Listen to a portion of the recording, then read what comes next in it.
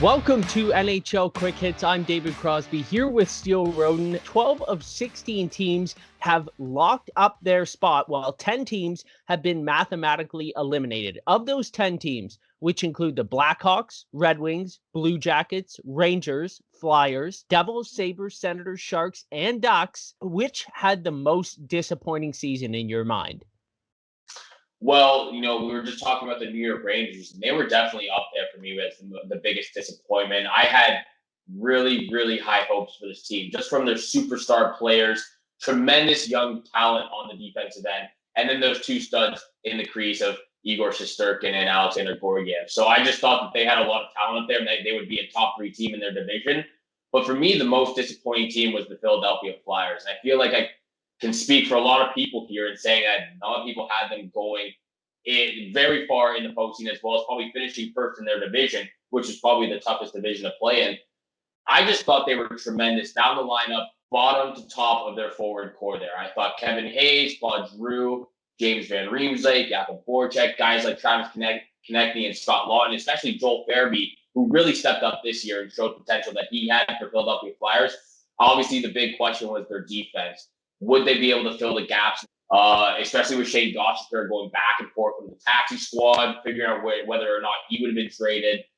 And so it just really didn't pan out as the season I was hoping for the Philadelphia Flyers. The thing I'm really looking forward, I'm excited to see Carter Hart next season and see what we saw 2 years ago and show us again the potential that we saw just a few years ago in the playoffs as well as in the regular season. He just had a complete disaster of a third year for Carter Hart. I think we were all surprised at how bad he was. But to me, the Philadelphia Flyers were definitely the most disappointing team. I may be a little biased just because I had them in my division winner parlay bet. But again, Philadelphia Flyers were just a huge disappointment. I thought they could have gone all the way this year.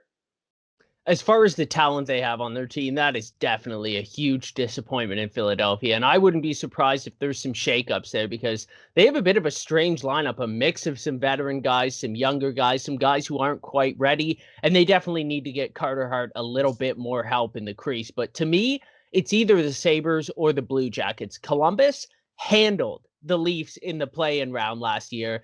There was the Pierre-Luc Dubois debacle. Patrik Laine has been a huge disappointment in Columbus. They're behind the Red Wings in the standings right now. I don't think anybody would have seen that coming into the season. Who knows if Tortorella is going to be let go?